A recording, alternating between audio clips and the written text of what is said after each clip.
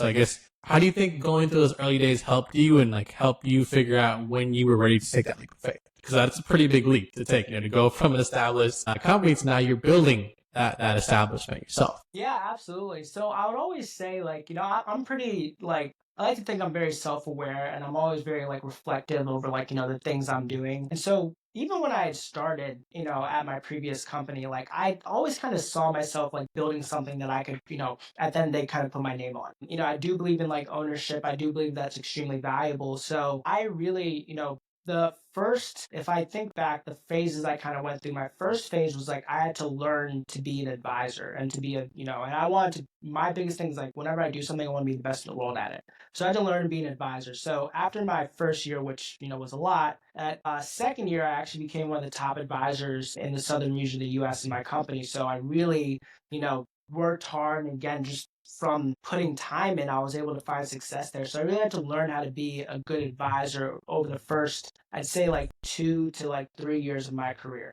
And I was put in like 12-hour days, working, in the office by like 7 or 8 and out of the office by like 7 or 8. And then after that, I realized, okay, like I know how to be an advisor, but I don't know how to run my own business because it's very different. And this is something that I often will tell, a lot of people that I, may give advice to or mentor, but like being a professional is different than running a business. Like you can have your license as a doctor, or as a therapist, or engineer, but that doesn't mean you can just go out there and how to be a CTO, a CMO, a COO. Like there are Right. many aspects and hats that you have to wear as a business. And it's not just that profession.